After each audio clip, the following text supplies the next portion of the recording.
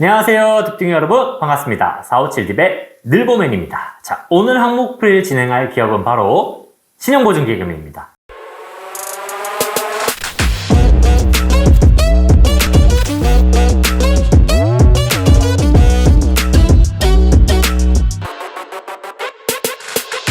와우. 자, 여러분들 제 왼쪽에 혹시 보이시나요? 네, 뭐라고 적혀져 있죠? 네, 2023년도 하반기 장기 체험형 인턴이라고 되어 있습니다. 자, 여러분, 여기 장기라는 단어가 들어가 있는데 제가 채용 공고를 살펴보다 보니까 네, 굉장히 장기입니다. 내년 상반기 내내를 그냥 인턴하면서 보내실 수 있습니다. 그렇기 때문에 금융권을 준비하시는 분들, 또 금융공기업을 준비하시는 분들, 정말 신용보증기금을 지원하시는 분들은 이 청년 인턴에 지원하셔서 내년 상반기에 인턴을 계속하면서 또 취업 준비도 할 수 있는 이 일석이조의 기회를 꼭 잡으셨으면 좋겠습니다. 이 말은 뭐죠? 네, 많이들 지원하시라는 얘기겠죠. 제가 오늘 준비한 항목은 바로 논술문항풀이입니다. 그래서 논술문항이 이번에 한 문항이 출제가 되었는데 문항을 보니까 좀 쉽지가 않더라고요. 그래서 아마 여러분들도 좀 많이 어려워하셨을 것 같은데 네, 저를 따라오시면 좋겠습니다. 자, 문항 같이 한번 살펴볼까요? 자, 신용보증기금은 해외 동반 진출 보증 프로그램을 운영하면서 이제 대기업은 신보에게 자금을 출연하고 협력업체를 추천하고 또 신보는 그 중소기업에게 자금, 보증을 지원하는 역할을 하고 있습니다. 근데 지원자가 생각하기에 신용보증기금이 왜 이런 프로그램을 운영하는지 배경에 대해서 설명해 달라고 합니다. 단, 조건이 있죠. 이 세계 경제 상황을 대외 여건을 고려해서 작성해 달라라고 하고 있습니다. 프로그램에 대해 내용을 설명하면서 결국 묻고 있는 건 배경인데 그 배경을 세계 경제 상황이나 대외 여건과 엮어서 좀 설명해달라 이 내용인 것 같아요. 자, 그래서 제가 이 논술 문항을 풀 때 뭘 가장 해야 된다라고 말씀을 드렸나요? 네, 지난번 항목풀에서 설명해드렸지만 출제자의 의도를 파악해야 됩니다. 이 문항이 왜 출제가 되었을까? 신용보증기금이 원하는 답이 무엇일까라는 것이죠. 그리고 그 답은 꼭 여러분들의 태도여야 하기도 합니다. 왜 그런지 한번 살펴볼까요? 자, 옛날에는 제가 이 문항을 한번 10번씩 읽어보세요. 여러분들 문항을 읽다 보면 그 문항에서 답이 보입니다. 이런 내용을 말씀드렸는데 이번 문항에서는 제가 통하지 않더라고요. 문항을 정말 10번 읽어봤는데 아무리 생각해도 아이디어가 떠오르지 않았습니다. 왜 그럴까 하고 이 문항에 담겨진 배경을 파악하기 위해서 이 해외 동반 진출 보증 프로그램을 제가 한번 찾아봤는데 사실 그 자료도 별로 많지가 않아요. 여러분들도 찾아보시면 알겠지만 신용보증기금에서 기사 한 2건 정도 낸 것밖에 없더라고요. 그래서 이런 기사들을 살펴보면서 참 단서를 찾기 쉽지 않았습니다. 여러분들도 이 문항을 작성하시면서 아주 막막했을 거라고 제 생각이 들어요. 자, 그래서 여러분들이 어떻게 접근하면 좋을지 제가 좀 다각도로 찾아봤는데 그 답은 바로 정부 정책 기조에 있었습니다. 왜 그런지 한번 살펴볼까요? 신용보증기금의 공식 기사에 따르면요. 자, 신용보증기금은 정부의 수출 플러스 전환 정책을 뒷받침하고 라고 나와 있습니다. 수출 플러스 정책? 이게 뭘까요? 네, 여러분 여기 포스터 보시면 신용보증기금이 수출 플러스 전환 정책을 지원합니다 라고 하면서 자, 그 밑에 네 번째 해외 동반 진출 협력기업 특례보증이라고 이렇게 프로그램이 되어 있습니다. 수출 플러스 정책에 따라가겠다는 거예요. 이 말은. 그래서 수출 플러스 정책이 무엇일까 한번 제가 살펴봤거든요. 자, 조금 텍스트가 많죠. 하지만 여러분들 제가 노란색으로 표시해 놓은 이 핵심 키워드를 보시면 좋겠습니다.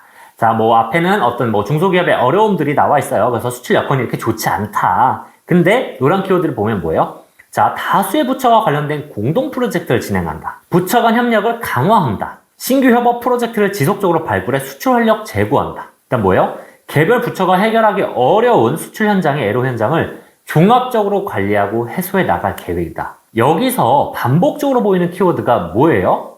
라고 했을 때, 자, 협력, 공동, 협업, 그 다음에 종합적으로 관리하고 해소라는 혹시 키워드 보이시나요? 제가 다시 한번 정리해서 보여드릴게요. 반복되는 키워드 살펴보면, 자, 총력을 기울이고 협력을 강화하여 원스톱 지원을 이루고 종합적으로 관리하고 지원한다라고 되어 있습니다. 자, 이 키워드를 종합해서 보면요. 제가 인사이트를 내기로는 전사적 자원을 총동원해서 출출 기업을 지원하겠다는 말입니다. 즉, 각 부처별로 낼 수 있는 힘을 다해서 이 수출 기업을 지원하겠다는 거예요. 여러분들, 왜 이렇게 정부에서 수출 기업들을 지원하려고 온 부처가 힘을 다해달라. 전 부처가 협력을 다해달라. 전 부처가 수출기업 지원에 총동원해달라라고 이렇게 수출 플러스 정책을 하고 있는 걸까요?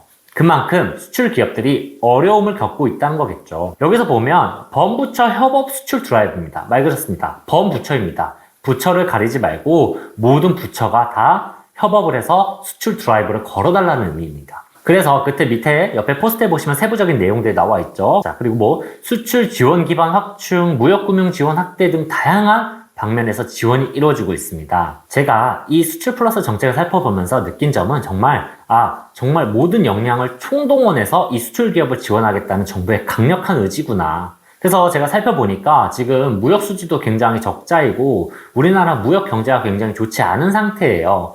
그렇기 때문에 정부 입장에서는 수출을 활성화해야 나라가 산다라고 판단을 하고 있는 거고, 그에 따라서 수출 기업들을 적극적으로 지원하자라고 하고 있는 거죠.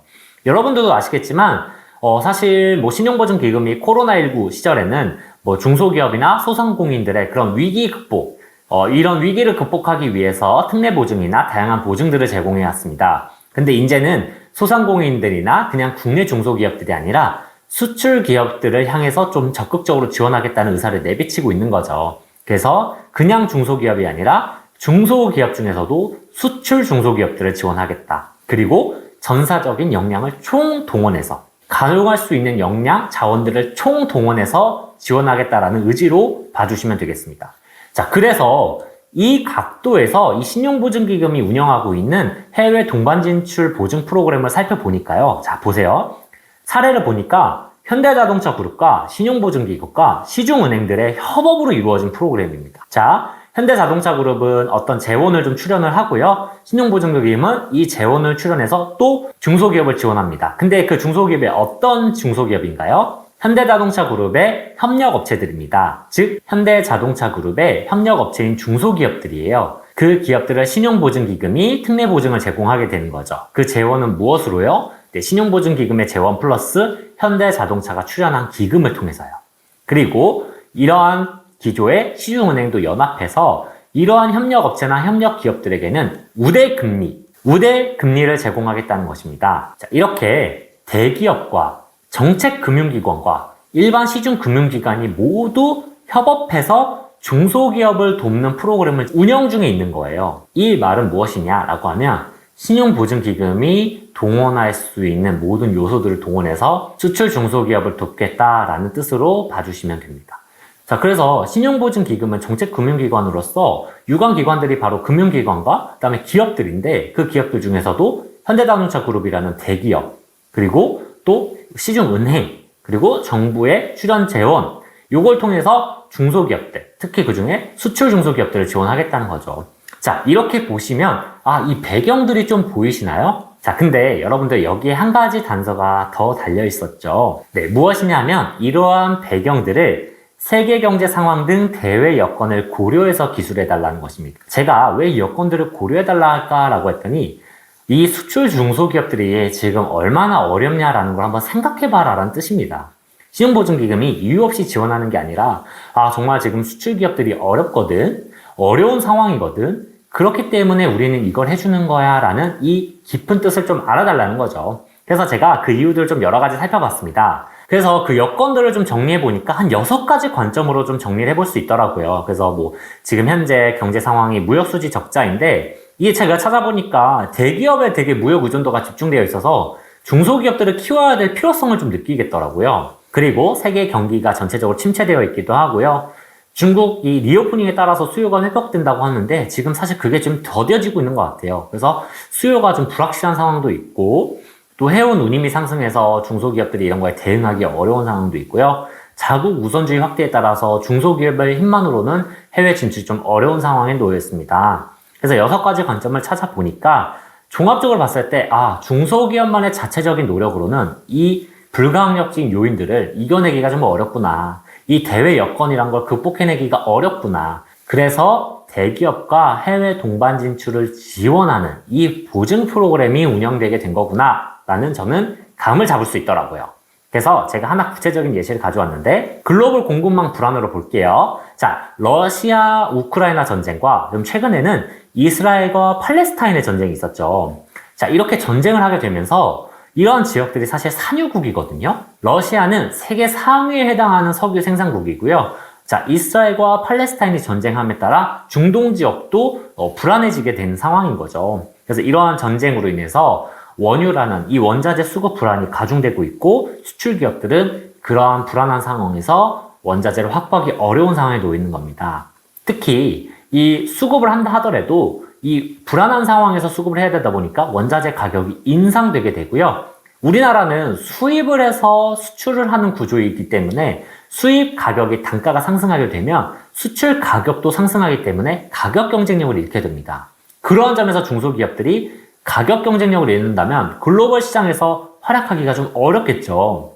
근데 대기업은 이런 원자재 수급에 있어서 미리 준비를 했다거나 아니면 대체할 수 있는 수단들이 있기 때문에 다변화에 대체했다는 점에서 대기업의 이런 역량을 중소기업이 이 어려움을 헤쳐나가는 데 좀 도움이 된다면 어떨까요, 여러분들? 이러한 점에서 글로벌 공급망 불안도 해외 진출에 있어서 대기업과 중소기업이 동반 진출한다면 이런 리스크들을 좀 완화할 수가 있겠죠. 그래서 아마 신용보증기금은 이 프로그램을 협업을 통해서 그래서 신용보증기금은 이 프로그램은 협업을 통해서 대기업과 중소기업이 모두 수출 경쟁력을 확보할 수 있도록 지원한다라고 생각해 주시면 될 것 같습니다. 그래서 여러분들 제가 구체적인 자료까지 다 보여드리려고 했는데 그러다 보니까 양이 너무 많아지더라고요. 사실 이번에는 관점이 6개이고 또 너무 보여드릴 자료가 많다 보니까 이거를 넣다 보니 분량이 너무 많아지게 돼서 제가 관점만 좀 소개해드렸는데 구체적인 자료와 함께 보고 싶으시다면 그리고 제가 소개해드린 글로벌 공급망 불안 외에도 다양한 관점들을 보고 마음에 드는 걸 좀 작성하시고 싶다라고 하시면 저희 457팀 홈페이지 방문하셔서 신용보증기금 자소서 항목풀이 참고해 보시면 좋을 것 같아요. 그래서 나머지 두 문항에 대한 예시도 첨부해 놓았으니 여러분들 일반 자소서 문항부터 평가가 가장 중요하다고 여겨지는 논술 문항까지 잘 대비하셔서 작성하시면 좋겠고요. 추가적인 궁금증이 있다면 저희 457팀 홈페이지 방문하셔서 항목풀이 참고 부탁드리겠습니다. 자, 여러분들 그러면 다음 항목풀이에서 뵐게요. 안녕.